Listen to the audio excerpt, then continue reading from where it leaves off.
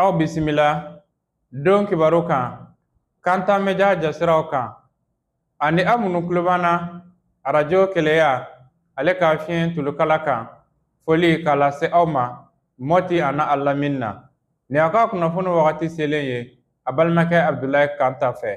bakuruba fɔla bi kunnafoniw na an b'a ladɔnniya k'a fɔ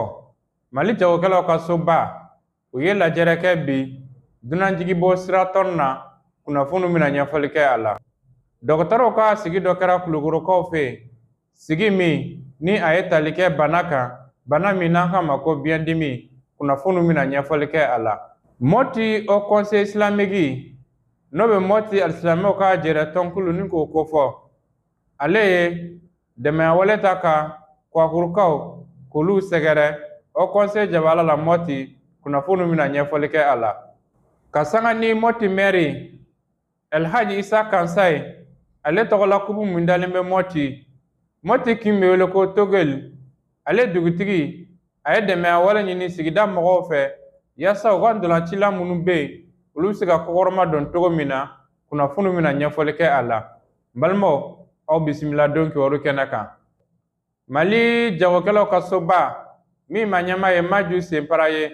o ye lajɛrɛ kɛ lajɛrɛ min ni a kɛra dunanjigibɔ sirantɔn kɔnɔna na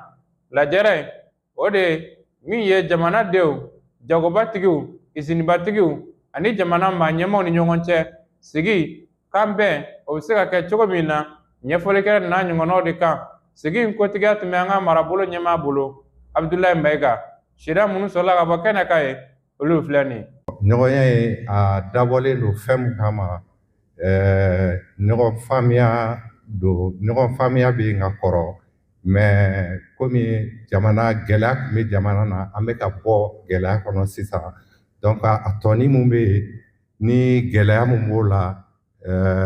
secteur privé ani service technique bɛna ɲɔgɔn ye a kɔnɔna na pour que olu ka se ka wuli ka bɔ yen jamana bɛ se ka a yɛrɛ sɔrɔ cogo min na ani yɛrɛ sɔrɔ de ka surun parce que an bɔra yɔrɔ min na a yɔrɔ ka jan mais an tɔ man jan an ka bɔ a kɔnɔ tuguni ni ala sɔnna ma hakili la u bɛna ɲɔgɔn faamu secteur privé ni service technique bɛɛ lajɛlen bɛna ɲɔgɔn faamuya pour que an ka bɔ nin kɔnɔ o tɛmɛnen kɔ n bɛ a ɲini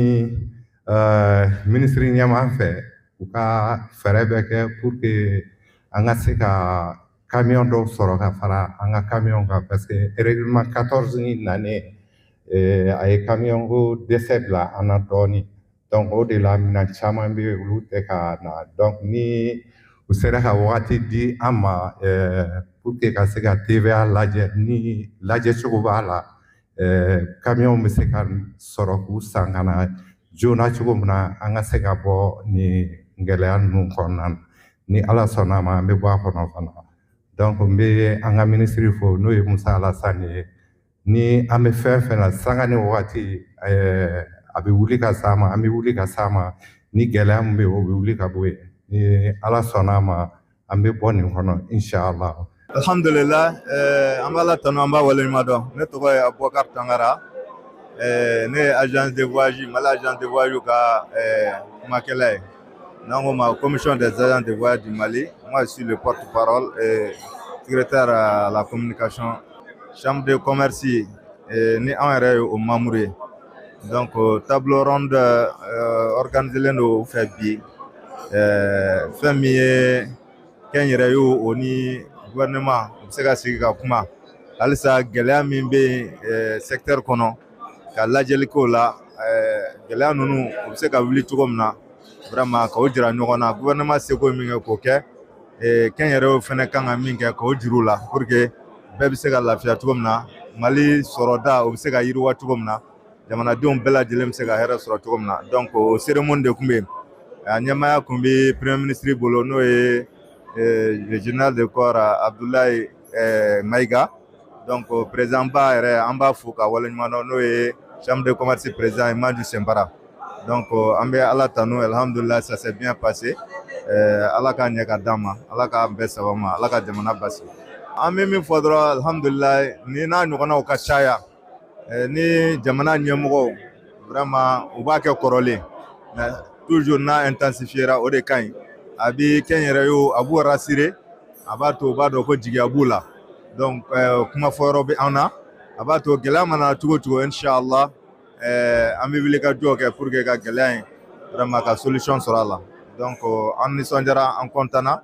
Mali agence de voyage bɛɛ lajɛlen tɔgɔ la secrétaire général a n'a ka président tɔgɔ la donc an bɛ ala deli ala k'an bɛn saba ma ala ka ɲɛ ka d'an ma ala ka hɛrɛ k'an ye merci beaucoup. An bɛ taa Kulukorokaw fɛ yen sigi kɛra Kulukoro sigi min bɛ tali kɛ dɔgɔtɔrɔ olu ni ɲɔgɔn cɛ sigi in ye tali kɛ bana min kan o de ye biyɛndimi ye ɲɛfɔli kɛra biyɛndimi a n'a ɲɔgɔnnaw kan sariya minnu sɔrɔla ka bɔ yen olu filɛ nin ye. dɔgɔtɔrɔw ka kalan dɔ kan ayiwa kalan in fɛnɛ a bɛ boli bana dɔw de kan a faamuyali da la mɔgɔw b'a fɔ sayi jɛma sayi nɛrɛmuguma mais an bɛ se k'a fɔ n'i ko i b'a fara ɲɔgɔn na biyɛndimi banaw donc a dabɔ kun ye ka kunnafoni di dɔgɔtɔrɔw ma biyɛndimi banaw kan donc pour que u k'a dɔn u ni fɛn min bɛ ɲɔgɔn na a kun dɔ fɛnɛ ye mun ye sɛgɛsɛgɛli bɛ yen komi an y'a fɔ aw ye cogo min na ko bana kunbɛn o ka fisa bana furakɛ ni sɛgɛsɛgɛli kɛra n'a yirara k'a fɔ ko bana ninnu t'i la bolociw bɛ yen mais n'a yirara fɔlɔ k'a b'i la je crois que an ni mɔgɔw bɛ ɲɔgɔn kan yan bi minnu ka baara ɲɛsinnen b'a ma bilasirali bɛ se ka kɛ ayiwa pour que i bɛ se ka furakɛ cogo min na donc sini fɛnɛ an y'a fɔ cogo min na IPR yɔrɔ la conférence bɛ yen o ye jama bɛ caya pour que kunnafoni bɛ di bɛɛ ma biyɛndimi bana ninnu kan mɔgɔw ka kunnafoniya donc an k'an taabolo dɔn o yɔrɔ fɛnɛ na joli sɛgɛsɛgɛ bɛ kɛ joli sɛgɛsɛgɛ in fɛnɛ mɔgɔw k'a dɔn k'a fɔ fu don wari sara t'a la n'i y'a sɛgɛsɛgɛ kun damadɔw b'a la e yɛrɛ n'a dɔn n ka kɛnɛ n'i ka kɛnɛ i kan ka min kɛ dɔgɔtɔrɔw b'i bilasira n'a yirara fɛnɛ k'a fɔ ko ala y'i garisɛgɛ k'a ye i kan ka tɛmɛ sira min fɛnɛ fɛ n'a hakilila o bɛ f'i ye pour que k'i kisi k'i tanga parce que bana min don ayiwa a caman na a bɛ dɔn o b'a sɔrɔ a sera tiɲɛni yɔrɔ o la hali ni dɔgɔtɔrɔw k'u bi furakɛ ayiwa a bɛ laban ala t'a la. bi sigi kun ye hépatite kɛlɛli sigi hépatite ye mun ye o ye banakisɛ ni n'a donna farikolo la a bɛ taa sigi biyɛn na n'a sigira biyɛn na a bɛ se ka biyɛn bana donc n'a ye biyɛn bana a bɛ se ka a laban ye saya donc an bɛ o kɛlɛ de la o de la bi an nana Kulikoro ka agent de santé former ka taa dépistage fana kɛ pour que mɔgɔw ka u yɛrɛ sɛgɛsɛgɛ k'a dɔn ni banakisɛ min b'u fari la ou bien n'a t'u fari la parce que banakisɛ nin an bɛna fɔ banakisɛ nin foyi tɛ taamasiyɛn foyi tɛ a yira mɔgɔ la k'a b'i la fo ni n'a ye bana bila biyɛn na n'a ye biyɛn bana waati min la de a bɛ se ka taamasiyɛn kɛ donc o dun n'a kɛra ça veut dire que a gɛlɛyara donc pour que a kana se o ma mɔgɔw kan k'i joli sɛgɛsɛgɛ k'a dɔn est ce que banakisɛ nin b'i fari la ou bien n'a t'i fari la n'a t'i fari la boloci bɛ a bɛ se ka kɛ c'est à dire vaccination bɛ se ka kɛ n'a b'i fari la fana docteur bɛ se k'i suivi pour que a kana kɔlɔlɔ bila biyɛn na. ka sanga ni Kwakuruka minnu bɛ Mɔti o conseil islamique bolofara min bɛ Mɔtikaw fɛ yen ale ye dɛmɛ wale ta ni ka Kwakurukaw ka olu sɛgɛrɛ nin don in na Mɔti maabaw caman tun bɛ kɛnɛ kan ye Mɔti mairie a ɲɛnabila tun ye Elhaji Gawusu Kuma ye a ye sira minnu sɔrɔ ka bɔ Mɔtikaw fɛ yen olu filɛ nin ye. Mopti Haut Conseil Islamique duba kɔnɔna na Mali silamɛw ka fara ɲɔgɔn kan jɛkulu Haut Conseil Islamique di Mali Mopti Mali diinɛmaw ka fara ɲɔgɔn kan regroupement leader spirituel alisilamɛya dɛmɛtɔn min ye ayiwa Haut Conseil Islamique Mopti ye o wulila an balima minnu ni lajarabi y'u sɔrɔ Kwakurukaw nin tile fila in na waati tɛmɛlenw na fariɲɛwale kɛbaw y'a to minnu y'u dagayɔrɔw bila ani jatigɛwale kɛbaw Kwakurukaw nan'u yɔrɔ sɔrɔ Mopti minnu ɲɛsin yanfan bɛnna Mopti kɔnɔna ma a bɛnna maa 1000 ani mɔgɔ 57 jate o siratigɛ la Haut Conseil Islamique Mopti wulila ka Mali alisilamɛw bɛɛ lajɛlen deli kɛrɛnkɛrɛnnama Mopti alisilamɛw Moptikaw y'u bolo fara ɲɔgɔn kan min ye ayiwa nafolomugu ye 1,186,000 ani dɔrɔmɛ 200 o sɔrɔla wari kunfɔlɔw la ani donfini caman yaasa k'a di Kwakurukaw ma olu minnu y'u dagayɔrɔw bila k'u sigiyɔrɔw bila k'a sabu kɛ ni fundi ye o kɛnɛ kan Mopti préfet min ye ayiwa Lasine Nam gouverneur ka mɔgɔ sugandilen kɛnɛ kɔnɔ ale tun bɛ kɛnɛ kɔnɔ ka fara monsieur le maire ka représentant kan ka taa bila min ye Haut Conseil Islamique Mopti président Alpha Moy Nasire ale ni ayiwa dugule caman. Bismillahirrahmanirrahim. ألم تر كيف فعل ربك بعاد إرم ذات العماد التي لم يخلق مثلها في البلاد. وتملين كوفي Alpha Nasiri mufti au conseil islamique di Mali Manyama عليه كرفوتا كمو بسم الله. الله رب العالمين الحمد لله رب العالمين الحمد لله رب العالمين والصلاة والسلام على وبعد السلام عليكم ورحمة الله تعالى وبركاته. أمي أمرنا أسلامنا قبل الإعلام بالإسلام برفوني. Akanga malifra sa konta tuko kile na flo bobaw no islamo pela jele ko conseil to la transporteur islamo musu association musu ani ONG fin te meke ala ku pesa na barka amin abola na flo mun ala ka jiji amin ala ka barka amin wa mali ame do ke ala ka kosma amin mali jugu ala ku mol amin mali jugu ala ku dese malu jugu ala ko sigo se tabara ni wale mi gera bi au conseil islamique fe wulada ina akera ni jigiya ale ni shawai baw munu yu sigero blanu na fundila aku ka kura ula baw boru kaso unanu kaso gela bin kumbu ukan yere yayi ka fo aywa ko ni gela hami wulile ka bu ukuna o temelen ko fe paro kunchera ni alfatia taliye ka do ke mali jamana yi wale minni akera ko ala ka mbele jele kisi kan tanga ka bɔ ni ɲɔgɔnna wɛrɛ mɔ ko ala ka mali diya ka tɛmɛ hali kɔrɔlen kan. An bɛ taa Kulukorokaw fɛ yen ka sanga ni Kulukoro bɛnniw olu ka taa ni ka segin ye. Kulukoro gouverneur ale ye sariya ta k'a yira min ye bɛnnibaw hakɛ de bɛ u ka boli la wa bɛnnibaw u ka taa ni ka segin a kan ka kɛ tɛmɛ sira minnu fɛ lafaamulikɛla n'a ɲɔgɔnnaw de kan sira minnu sɔrɔla ka bɔ Kulukoro olu filɛ nin ye. Sɔgɔmada bɔli tɛ dɔwɛrɛ ye o ye gouverneur ye force vive fara ɲɔgɔn kan ani syndicat gouvernorat la bɛ 3 semaines bɔ ka an informer gouverneur ka décision na n'o ye jumɛn ye ko a ka jateminɛ kɔfɛ a y'a ye dɔgɔkun 2 kɔnɔ bɛnniw ye mɔgɔ hakɛya min bɔnna a nin na donc ale b'a jɔ a jɔyɔrɔ la. An informé k'a fɔ an ye ko bita tɛmɛnen kɔfɛ ni bɛnni o bɛnni yera boloko jugu la Kulukoro kɔnɔ ale b'o sanctionner parce que il faut que an k'o fana fɔ mɔgɔw ye o fanga b'a bolo a bɛ se k'o décision ta o bɛnni tɛ boli Kulukoro n'a lamini bɛɛ la donc a ye an informé o la ka syndicat informé donc o kɛlen syndicat sera an ma k'a fɔ an ye ko nin ye min ye faama ka décision ɲɛna. Mais comme anw de tun bɛ salle kɔnɔ n'an bɛ se ka fara u kan ka na sirakun na ka na kuma u ka bɛnnibolilaw fɛ bon anw bɛ dugu kɔnɔ yan ANASER an ta ye sensibilisation formation an ko o bɛnna komi anw yɛrɛ tun bɛna programmer donc an bɛ fara ɲɔgɔn kan k'a kɛ ɲɔgɔn fɛ o de y'an bɔkun ye bi. An bɛ décision in kɔ baara kɛ ko ɲuman na n'o ye ka kuma an yɛrɛ ka chauffeur fɛ marabolo ɲɛmɔgɔ ye laɲini min kɛ n'o ye dugu kɔnɔna boli ni fɛn ninnu ye. Ka se ka kuma chauffeur fɛ an ka ko in jateminɛ ɲɔgɔn fɛ o kana ɲɔgɔn dépasser dugu kɔnɔ o kana boloko jugu ni fɛn ninnu kɛ ni mun ka basiw man ɲi ka se ka fɔ u k'o falen ni mun ta kɛ u bɛ se ka to a cogo la o kɔni o y'an ka baara fanba laɲini ye ka se ka marabolo ɲɛmɔgɔ ka kumakan bato kosɛbɛ pour que an bɛ bɔ nin ko ninnu kɔnɔ.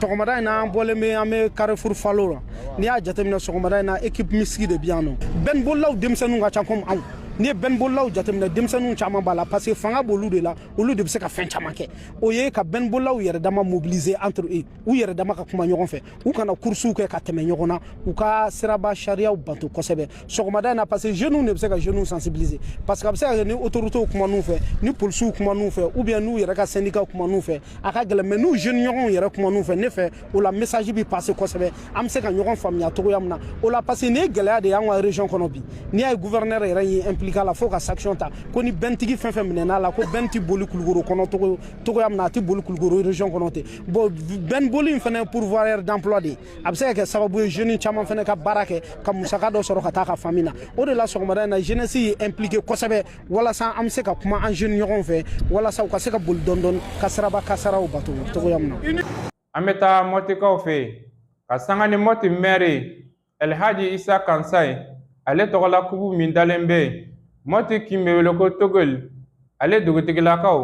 u ye wele dɛmɛya wale ka ɲɛsin sigida mɔgɔw ma yaasa u ka farikolo ɲɛnajɛ kɛbagaw olu bɛ se ka san sɔrɔ cogo min na nin dolanci in kɛnɛ kan dɛmɛw caman nana minnu n'olu kɛnɛ sigira mɔtikaw olu fɛ yen seera minnu sɔrɔla ka bɔ yen olu filɛ nin ye. Mori Kaba ne ye Sedeki président ye Togel ni Sedeki membre de bi yan Sedekate ka yamaruya la an ye ci bila Togelikaw ma ka weleweleda kɛ an ye ɲɔgɔn sɔrɔ yan ka jira la k'a fɔ ko compétition min bɛna daminɛ nin c'est pour la commune tɛ taa commune denw kɔ donc quartier bɛɛ kan ka participer a la an y'o kuma kelen de fana ta ka jigin kin kɔnɔ ka ɲɛfɔ quartier kɔnɔ mɔgɔ bɛɛ lajɛlen compétition min bɛna daminɛ nin an b'a fɛ quartier kɔnɔ den bɛɛ k'i sen don a la bɛɛ ka se k'i impliquer a la bɛɛ k'i ka contribution di o weleweleda min kɛra chef de quartier bolo ka don quartier kɔnɔ donc Togelikaw y'a répondre u y'a jaabi o kɛnɛ kan an ye commission d'organisation sigi minnu bɛna compétition ni organiser o commission d'organisation min n'an y'a sigi an ye a ɲɛmaaya ta k'a di chef de quartier n'a ka conseil ma olu ye mɔgɔ di an ma min kɛra ni Salifu Tarawele ale ye Togel conseil dɔ ye ale kɛra comité d'organisation président ye ka tila ka membres t'a kɔnɔ qui sont chargés du sport staff mɔgɔ kelen b'a la ka tila ka Sedeki mɔgɔ kelen b'a la ka tila ka chargé du sport k'o fana don a la ani supporters fana ka tila ka fara ɲɔgɔn kan ka commission sigi min mɔgɔ b'a la mɔgɔ minnu bi balontan kɔnɔ minnu fana de wulila ka jɔ kɛ pour que laɲini min bɛ Togel bolo a bɛ se ka sɔrɔ cogoya min na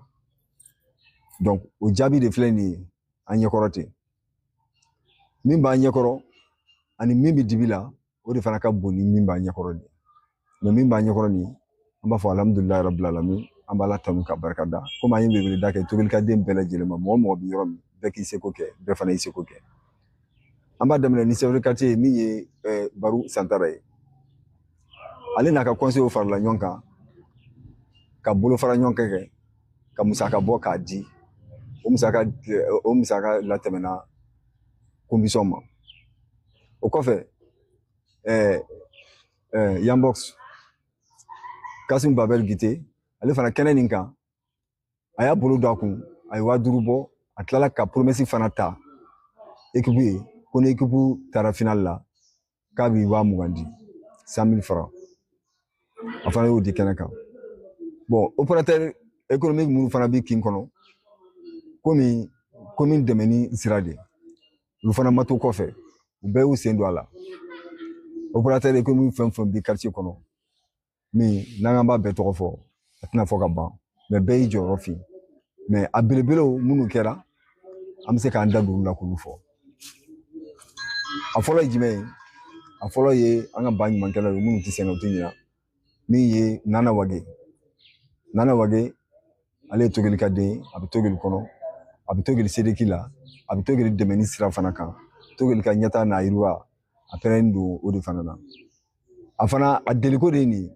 a ye jeu de maillot commandé 18 maillots 18 culottes 18 bas a y'o commandé c'est la 3e fois a bɛ équipement di Togel ma nin y'a 3nan de ye Nana Wage y'o kɛ o kɔfɛ an bɛ se ka se jɔn ma tugun opérateur économique dɔ fana b'an bolo min ye entreprise Musa Diko et frère ale fana bɛ Togel yan ale fana ko nin ko nin tɛ se ka taa k'ale to f'a fana k'a sen don nin ko nin na ka Togel dɛmɛ ka tila ka commune fana dɛmɛ o kɔnɔna na a fana ye jeu de maillot di o de ye maillot orange nin ye maillot orange nin de y'o ye donc 18 maillots 18 culottes 18 bas a fana y'o di a ko bɛɛ kɔfɛ n b'a fɛ fana minnu bɛ taa n'i y'a mɛn bɔlɔntan supporters don supporters minnu fana bɛ taa a bɛ tila k'olu fana habiller tugun a ye maillot fana di min bɛ don supporters kan na a y'o fana di 25 maillots ka tila ka coach fana minnu bɛna kɛ denmisɛnninw ka kalandenw ye olu fana ka maillot di o de ye Lacoste nin ye olu fana b'o don u kan na ka différence don olu tɔw cɛ o bɛɛ kɔfɛ a ko n ti to kɔfɛ hali sisan k'a bɛ wuli ka jɔ kɛ a ko parce que commune dɛmɛni sira la n bɛ se ka fɛn o fɛn kɛ k'i ye n bɛ n jija n bɛ commune fana dɛmɛ commune fana min ye hakilina sɔrɔ ka nin initiative nin ta ka se ka compétition nin organiser donc mairie tɔgɔ la a k'a ka dɛmɛ min bɛ ɲɛsin mairie ma o ye 30 joueurs min bɛ liste kan ani encadreur minnu b'a kan ani comité de gestion minnu b'a kan a ye TDRL ta u bɛɛ lajɛlen ye an bɛ foli belebele ta ka ɲɛsin an ka entreprise Musa Diko ma le frère min y'a laɲini a ye laɲini belebele min kɛ o TDRL tali ye TDRL filɛ a TDRL min ta joueur bisaba bɛɛ les 30 joueurs qui sont sur la liste et puis avec les encadreurs et puis avec la commission d'organisation a ko y'ale fana ka dɛmɛ ka ɲɛsin commune ma ka commune dɛmɛ commune ka hakilina nin na pour que baara nin bɛ ɲɛ cogoya min na donc bɛɛ n'i seko de ale fana kan ka fo commune bolo donc maire ka kupu k'a fana tɛ to kɔfɛ a fana b'a sen don a la donc a y'u bɛɛ ka TDRL wari sara ko y'ale fana ka contribution in ka ɲɛsin commune ma ka bɛn nin compétition nin ma ka d'a kan ni commune ko fɔra commune denw de ko n'i y'a mɛn i bɛ commune kɔnɔ il faut être un bon citoyen citoyenneté a bɛ daminɛ n'o de TDRL sarali o kɔfɛ opérateur économique minnu fana bɛ kin kɔnɔ n'an b'a fɔ ko Baba Tarawele ale fana ye jeu de maillot di o de ye maillot jaune ye fana ye jeu de maillot di 18 maillot 18 culottes 18 bas donc a fana y'o di ka tila ka ballon 6 fana di 6 ballon ale fana y'o di ka fara a kan donc an b'a fɔ wasa kɛra tobiliko la ka tila ka supporteriw ka maillot fana di 20 t-shirt o fana di supporteriw ma o kɔfɛ mairie représentant dɔw fana b'an ka kin na min ye Badu Mayiga ye ale fana ye casquette di o casquette ninnu ye casquette jɛman ninnu a fana y'o den 20 di donc o bɛɛ kɔfɛ tolikaw ma to kɔfɛ hali sisan u bɛ wuli ka jɔ la mɔgɔ bɛ yen minnu ye dɛmɛ kɛ minnu ka girin minnu a bɛɛ tɛ se ka fɔ kɛnɛ kan i b'a fɔ Adama Tarawele n'a ɲɔgɔn olu ye girinman di min b'a to équipe yɛrɛ tɛ se ka siri fɛn na tugun équipe bɛ siri a yɛrɛ la komi a fɔra cogo min compétition nin bɛ daminɛ quartier bɛɛ ka jɔ ni yɛrɛ ale y'a jira seko min ye a bɛ se ka jɔ ni équipe ye musaka bɛɛ lajɛlen na o kɔfɛ hali sisan opérateur économique minnu bɛ kin kɔnɔ u ye ŋaniya jira kɛ hali sisan u y'a jira k'a fɔ équipe ka déplacement fana u bɛ jɔ n'o fana ye ka d'a kan ka équipe ta ka taa n'a ye jouer kɛyɔrɔ la k'u bɛ jɔ n'o fana ye donc ninnu de ye commission d'organisation ka laɲini ye min hali sisan ka weleweleda bila tolika bɛɛ lajɛlen ma ka jira k'a fɔ da ma tugu commission d'organisation ko k'a mago bɛ bɛɛ ka dɛmɛ na tolika bɛɛ lajɛlen cɛ fara muso kan dɛrɛmɛ man dɔgɔ ba kelen man ca mɔgɔ mɔgɔ bɛ se ka min kɛ kinko la fasoko de ko weleweleda bilalen don bɛɛ lajɛlen ma sɛbɛn quartier ka yamaruya la a wele bila bɛɛ ma hali sisan bɛɛ ka na ballon min dira kin kɔnɔ a ballon ka ca ballon filatigiw bɛ yen Npa Gaku ale ye ballon commandé fo Bamako a ko n'Ala sɔnna ma tobiliko la a fana tɛ to kɔfɛ tobili bɛna jouer ballon min kan a bɛ kɛ ballon d'origine de ye o ballon d'origine de fana bɛ yan kɛnɛ kan a y'o commandé ka na Bokar Kone ale fana ye ballon di kunun Baga Gabi ballon feere a fana ye ballon di donc ballon kɔni wasa kɛra ballon na ballon min dira min commission d'organisation yɛrɛ ye ballon min minɛ a tɛgɛ la bi a ballon bɛ taa ballon 15 la ballon 15 commission d'organisation y'o de sɔrɔ ballon na donc an bɛ foli bila tobilikaw ye k'u barikada k'u fo k'u waleɲuman dɔn mɔgɔ mɔgɔ min se kɛ nin na an ka mɔgɔ dɔw tun bɛ yen ka kɔrɔ minnu nin compétition nin kɔnɔna na fɛn o fɛn tun bɛ kɛ tun b'u sen don a la mais u tɛ dugu la bi i b'a fɔ Tataba honorable a fana y'a to Bamako k'a tɛ se ka to kɔfɛ a fana ye 6000 sama ka na ko k'o fara togili dɛmɛ kan san tɛmɛnen a bɛ deli ka maillot d'a ma fana o ɲinan komi a bɛ Bamako a y'an sama o la o fana kɔfɛ entreprise wɛrɛw bɛ yan fana min ye Madu Banya Madu Tarawele n'a bɛ togeli yan ale fana y'a ka dɛmɛ di togeliko la fana 25 000 di kana bila boîte kɔnɔ donc an bɛ kɛnɛ min kan nin ye togeli bɛɛ de ka kɛnɛ ye nin b'a jira k'a fɔ nin ye commune dɛmɛ ni kɛnɛ de ye parce que commune ka compétition na mɔgɔ mɔgɔ min bɛ se ka min k'a la bɛɛ y'i seko kɛ donc nin bɛɛ kɔfɛ an bɛ tila ka foli belebele ta ka ɲɛsin Sediki ma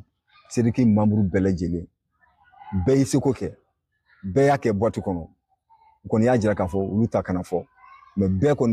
kɔni y'i bolo bilen kun bɛɛ y'a k'a kɔnɔ commission d'organisation yɛrɛ b'a dɔn bɛɛ y'a k'a kɔnɔ Sediki membre kelen foyi ma to kɔfɛ cɛ fara muso kan min bɛ se min na donc o kɔnɔna na an bɛ foli bila togilikaw bɛɛ lajɛlen na population bɛɛ lajɛlen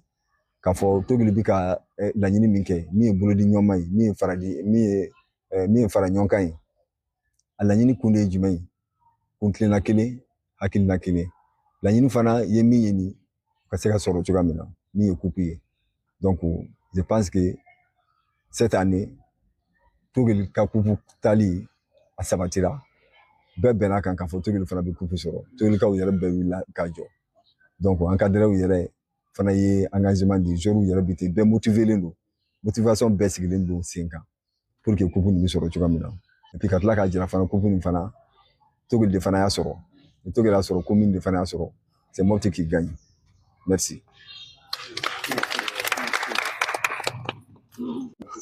Ok, assalamu alaikum bɛɛ lajɛlen ne tɔgɔ ye Amadou Sise ne bɛ Sediki la wa Sediki poste mun don chargé de sport ye donc ne bɛ se k'a fɔ bi an bɛ ne ka kɛnɛ de kan parce que en tant que le chargé de sport n filɛ ka nin dɛmɛ minnu bɛɛ ye ɲɛkɔrɔ a bɛ mɔgɔ la content kosɛbɛ a bɛ mɔgɔ la content parce que nin na i tɛ se ka mɔgɔ kelen ta tɔgɔ ma donc an ka fɛn ye mun ye et au nom de la commission et au nom du staff bi togeli bɛɛ fo parce que n'i y'a ye an bɛ nin kɛnɛ kan bi ça veut dire que togelikaw bɛ ɲɔgɔn bolo ɲɔgɔn bolo fana kɔfɛ ça veut dire que chef ye kuma mun fɔ chef de quartier ye kuma mun fɔ togelikaw y'a jaabi donc o y'a jaabi an kɔni an content don kosɛbɛ ne staff ani joueurs wallahi an content don kosɛbɛ parce que an ɲɛ bɛ minɛn mun na i tɛ se ka mɔgɔ kelen yɛrɛ ta tɔgɔ ma donc an kɔni b'a bila an kunna dɔrɔn togeli bɛɛ de bɛ an kɔ donc ni togeli bɛɛ b'an kɔ an yɛrɛ bɛ fɛɛrɛ bɛɛ de kɛ pour que ka togelikaw la content ni ala sɔnna ma compétition ye ala k'a kɛ togelita ye voilà assalamu alaikum. Musa Diko président ni commission mɔgɔ bɛɛ lajɛlen fɔ ani kɛnɛ mɔgɔ bɛɛ lajɛlen parce que président y'a bɛɛ fɔ ka ban